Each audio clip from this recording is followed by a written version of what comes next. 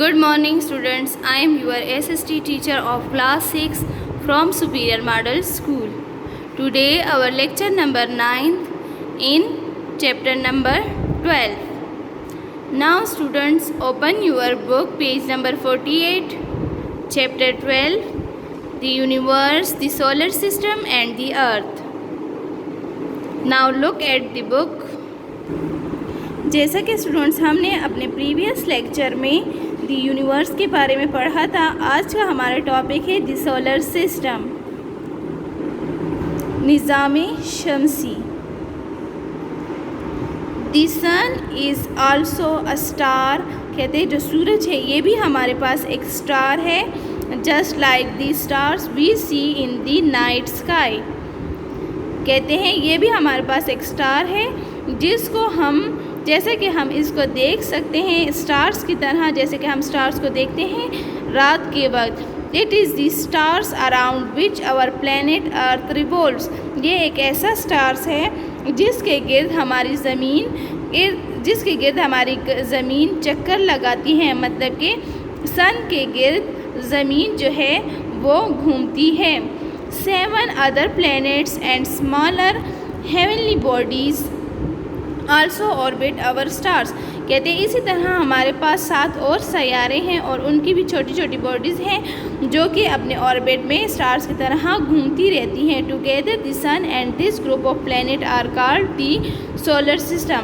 कहते हैं सूरज और इसके साथ जो दूसरे सैयारे मिले हुए हैं, इन्होंने एक ग्रुप बनाया हुआ है, इस ग्रुप को हम क्या कहते हैं? Solar system. The sun is the source of light. सूरज जो है ये हमारे पास रोशनी का एक ज़रिया है। And warmth for all the planets in our solar system, और इसके इर्द गिर्द जितने भी प्लैनेट मौजूद हैं उनको भी ये वार्म करता है, गर्म करता है। Which is the part of a galaxy called the milky way, और ये भी गैलेक्सी का एक पार्ट है जिसको हम क्या कहते हैं? Milky way.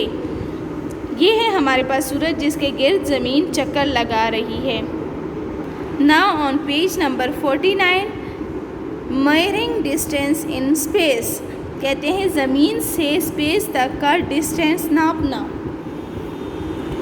How far is one planet from the other. कहते हैं कि एक सैयारा जो है वो दूसरे सैयारे से कितना दूर है।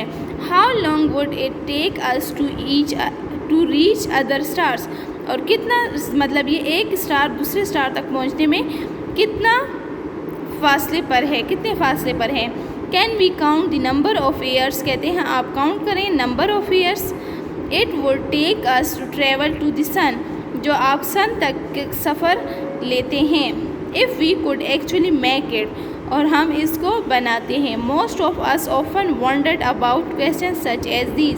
कहते हैं ज़्यादा लोग जो हैं वो इस क्वेश्चन को लेकर बहुत हैरान हैं। The answer is quite discouraging. जो आंसर है हमारे पास वो डिस्करेजिंग है। If we could invent reliable space vehicles for very long journey, the distance in space would take thousands of years to cover. कहते हैं अगर हम इस सफ़र के लिए कोई भी गाड़ी वगैरह ले लें तो ये इतने फासले पर है कि हमें हज़ारों साल लग जाएंगे स्पेस तक जाने के लिए। No human being can live for so long, और इंसान जो है वो इतना अरसा ज़िंदा नहीं रह सकता कि वो 1000 साल लगाए और स्पेस तक का सफ़र करे और स्पेस पे पहुँचे। How do we measure distance in space. कहते हैं हम कैसे स्पेस तक का डिस्टेंस जो है, फासला जो है वो नाप सकते हैं। मेजर, नापना। Just as we have miles and kilometres for measuring distance on earth. कहते हैं हमारे पास तो सिर्फ माइल्स हैं और किलोमीटर्स हैं नापने के लिए, ज़मीन से ज़मीन का फासला नापने के लिए।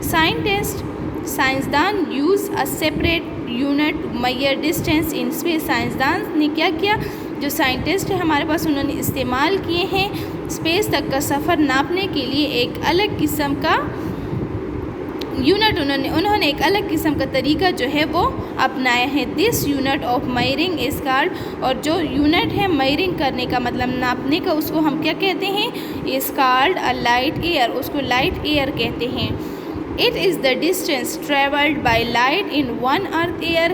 कहते हैं ये एक ऐसा फासला है कि जो कि सफ़र करता है लाइट इन 1 अर्थ ईयर, 1 साल की ज़मीन तक जो लाइट मतलब आती है, which is calculated to be around, जिसको हम कैलकुलेट करें तो वो कितना बनता है हमारे पास 9 ट्रिलियन किलोमीटर्स, मतलब बिलियन भी नहीं, मिलियन भी नहीं, ट्रिलियन है। ओके स्टूडेंट्स, अब थर्ड वन हमारे पास है the earth. The earth is a round planet made up of rock, third in line from the sun. कहते हैं जो ज़मीन है हमारे पास ये एक प्लैनेट है और किससे मिलकर ये बना हुआ है, रॉक, चट्टान से बना हुआ है, third in the line from the sun, और ये सन से थर्ड नंबर लाइन पर है। In it is the only planet discovered so far to have condition suitable for life. और कहते हैं ये एक ऐसा प्लैनेट है, ऐसा सयारा है, ऐसा सयारा दरियाफ्त हुआ है जहाँ पर काफ़ी अरसे तक हर हालत में लाइफ जो है वो सरवाइव कर सकती है।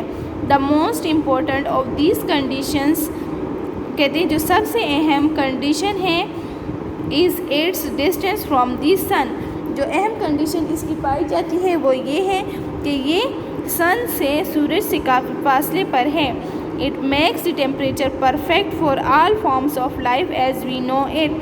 कहते हैं जो सूरज से जो टेम्परेचर ज़मीन पर आते हैं वो क्या होती है, परफेक्ट होती है, क्योंकि ये ज़मीन जो है सूरज से इतने फासले पर है कि जब सूरज से टेम्परेचर ज़मीन पर आते हैं तो वो हर किस्म की लाइफ के लिए परफेक्ट होता है।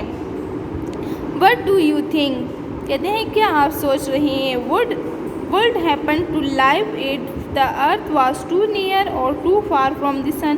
कहते हैं आप क्या सोच रहे हैं कि ज़मीन जो है अगर ये सूरज के ज़्यादा करीब होती और अगर ज़्यादा दूर होती तो यहाँ पर लाइफ जो है वो सरवाइव करती, मतलब इंसान ज़िंदा रहते। Just as the earth revolves around the sun, कहते हैं सिर्फ एक अर्थ जो है वो सूरज के गिर्द चक्कर लगा रहा है। अ स्मॉलर बॉडी और satellite revolves around the earth, और जो बाकी प्लेनेट हमारे पास हैं या सैटेलाइट्स जो हैं वो क्या करते हैं, वो अर्थ के गिर्द घूमते हैं। इट इज़ द मून, ये चाँद है। The moon does not have any light of its own and the moonlight that we refers to is actually the sun's light reflected by it। कहते हैं कि जो आप रात के वक्त जो मून देखते हैं, चांद देखते हैं, उससे जो रोशनी निकल रही होती है, तो आप लोग क्या सोचते हैं कि ये चांद की रोशनी होती है रात के वक्त?